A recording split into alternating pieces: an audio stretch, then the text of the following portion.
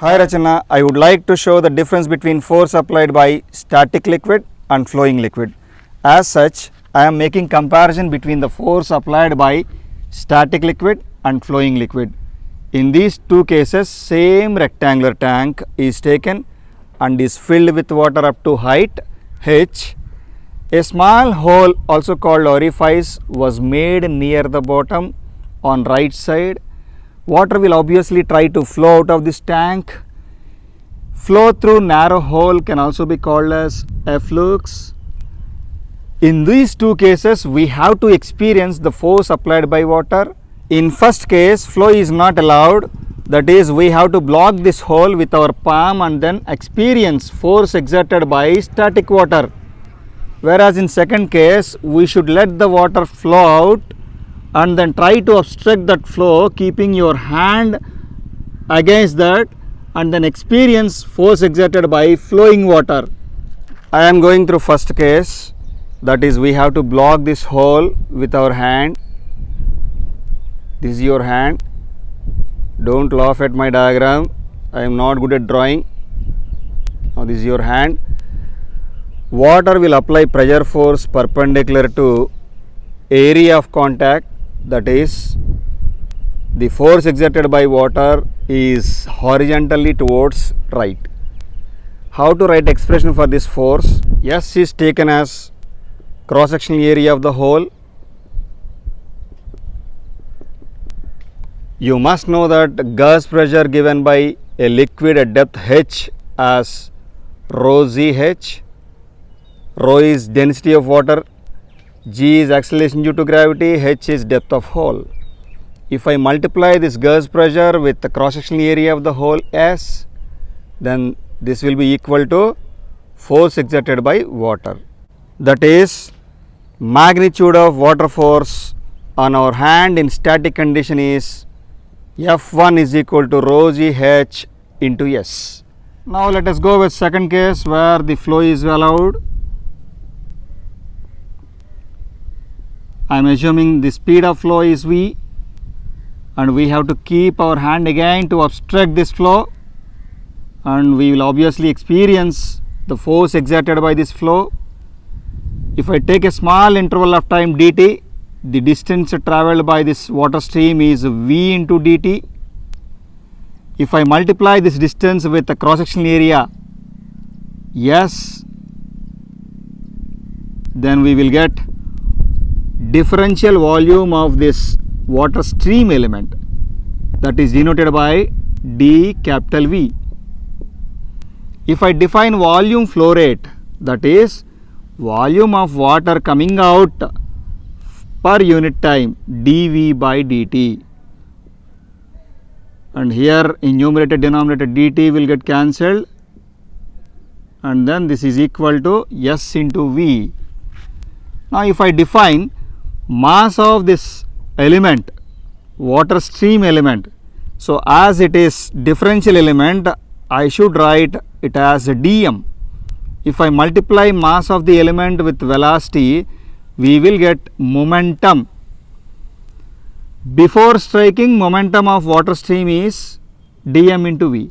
After striking with your hand,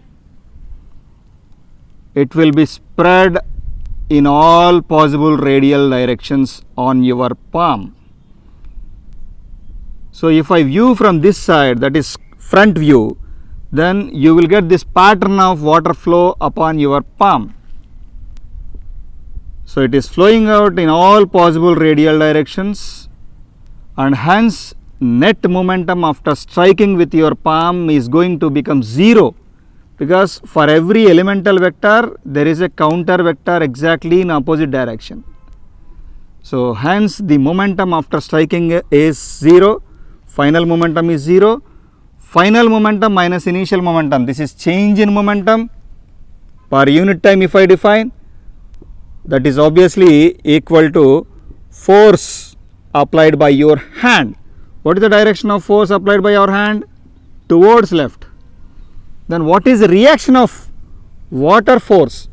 So that is flowing water force, exactly in opposite direction. According to Newton's third law, this will exert a force of same magnitude F2 in opposite direction, that is towards right. If I define F2 is force exerted by water, then I have to multiply this quantity with a negative sign. Then this will become dm by dt into V. This dm by dt is also called as mass flow rate of the stream, that is mass of water coming out of this tank per unit time. We already knew that volume flow rate is equal to S into V. Now how do we define mass flow rate from volume flow rate? Multiplied by density. So density into dV by dt will give you mass flow rate into velocity V. Now what is the expression for volume flow rate? S into velocity, rho SV into V, then this is equal to rho S V square. Then what is the expression for V? From Bernoulli's theorem, you must know that the expression for speed of a flux V is equal to root of 2gh, where h is depth of hole. If I substitute this expression here, then this will become rho S into 2gh. If I take out 2, the remaining expression will be exactly coinciding with the expression of F1. Hence, this will be equal to 2F1. That is, the force of flowing water is exactly double of force of static water. Exactly, this is what my intention to show you, that flowing liquid applies greater force compared to static liquid. You can verify this concept experimentally at your home. Suppose if you have a water can which is filled with water up to height 1 meter, and you can make a small hole with a cross sectional area 1 square centimeter near the bottom, that is square of side 1 centimeter. I think hole of this size can be easily blocked by using your thumb. If I calculate the magnitude of F1, rho gh into S, rho is water density, that is 10 cube. I am not substituting the value of g into h value 1 meter, S value 1 square centimeter, in SI unit it is 10 power minus 4 meter square. This is equal to 0.1 into acceleration due to gravity g. This can also be called as weight of 0.1 kg. 0.1 kg is nothing but 100 gram only. So this is weight of 100 gram. That means approximately this is weight of your t-shirt only.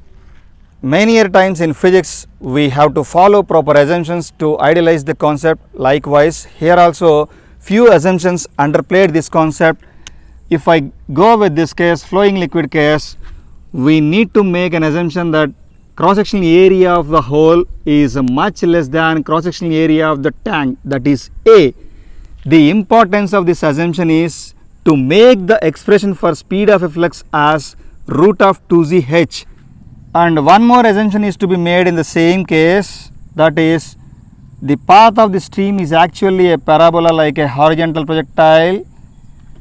If we consider a long range distance, this stream will go down due to gravity. If I consider short range distance in front of the hole, I can neglect downward deflection of the stream and assume it to be straight, almost straight and horizontal. Similarly, an assumption is to be made in this case too, that is linear size of this hole is assumed to be negligible compared to height of liquid column. Otherwise, pressure varies from top to bottom of this hole, and hence it is very complicated to write the expression for this force. If you neglect linear size, you can take a gush pressure exerted by liquid over entire cross section of the hole is uniform and it has rho gh. As such, we can easily write the expression for F1 as rho g h multiplied by total cross section of this hole? Yes. I would like to make an important alert for you that whenever you deal with a concept in physics, there could be a chance of getting misconception too. Here also there is one possibility.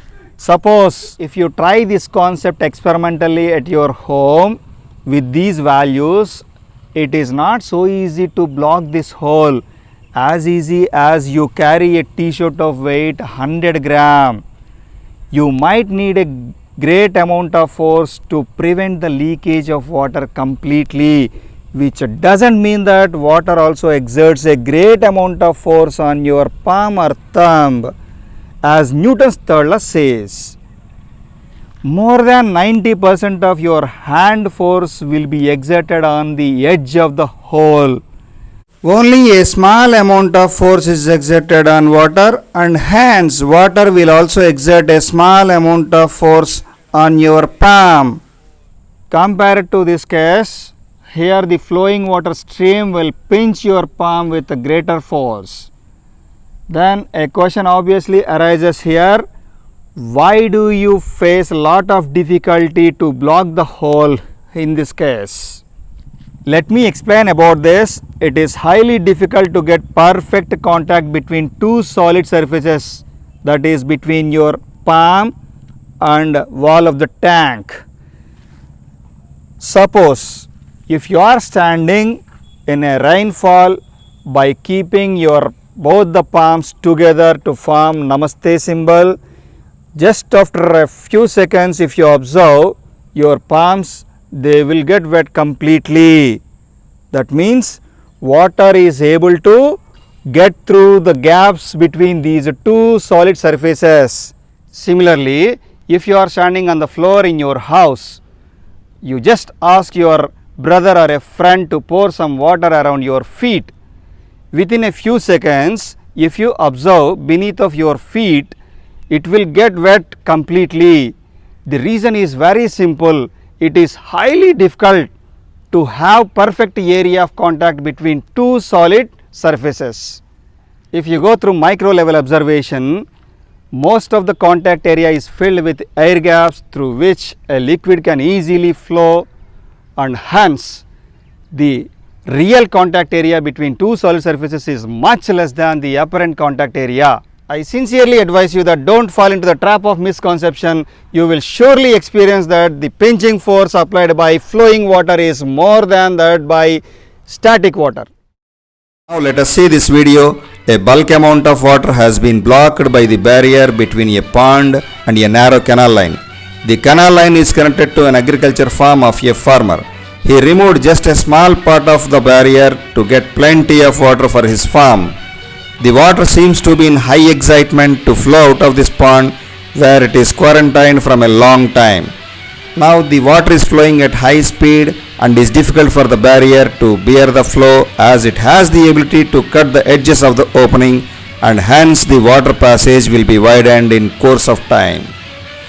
That is why an unwanted leakage at a dam must be well taken care of, otherwise the dam will be in danger as the leakage area gets widened due to high speed flow. So it is more difficult for a dam or a barrier to block the flow than to bear the flow.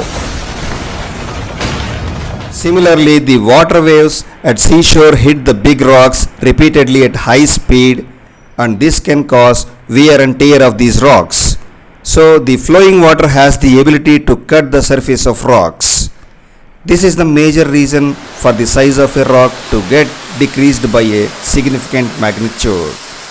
But this is not possible in a single day. It may take a few decades due to the hardness of rocks. That is the power of a flowing liquid.